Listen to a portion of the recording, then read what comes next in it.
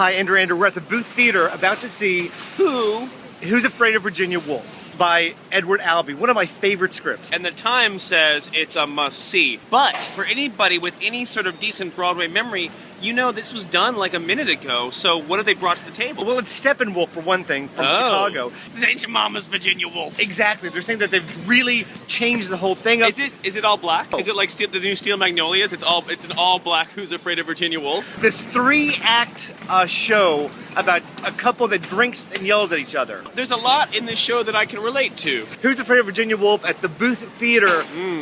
We'll see if this truly is the first must-see show of the season.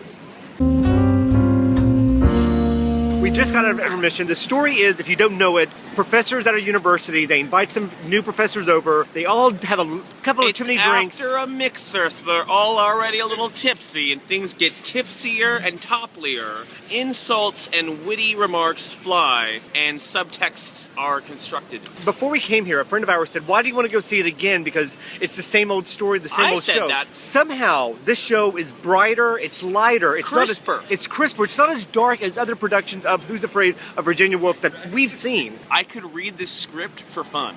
There's so much subtext, there's so much meaning, there's so much metaphor in every line that it's almost like watching something in rhyming couplets. It's almost as if there's triple meaning behind every gulp. They're really making the script come to life. It's a classic done classically with classy crassness. Also, early on, Carrie Coon, who plays Honey, at first I thought, what's her deal?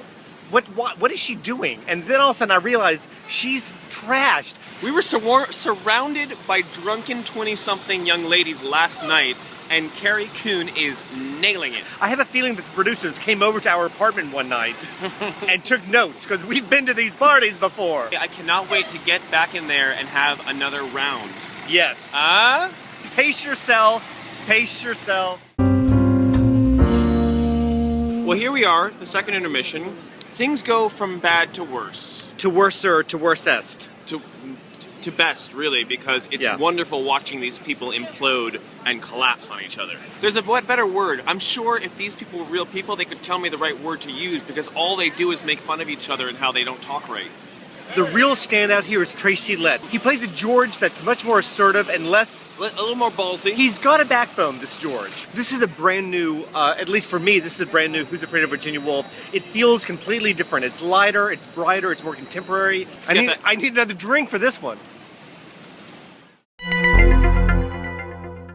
The show's over. I'm going to keep this quick because we've talked a lot. Never before have I seen a show in which it emphasizes how destructive and how utterly diabolical George is by destroying the dream, but at the same time doing it for the better good for both him and her. 2 green lights, at least for me. Absolutely. I need to get off the camera now because it's going to happen. Oh, you're going to get choked up. Yeah. Hey, listen, 2 green lights for Who's Afraid of Virginia Woolf. And next time, guys, let's do it with robots, okay?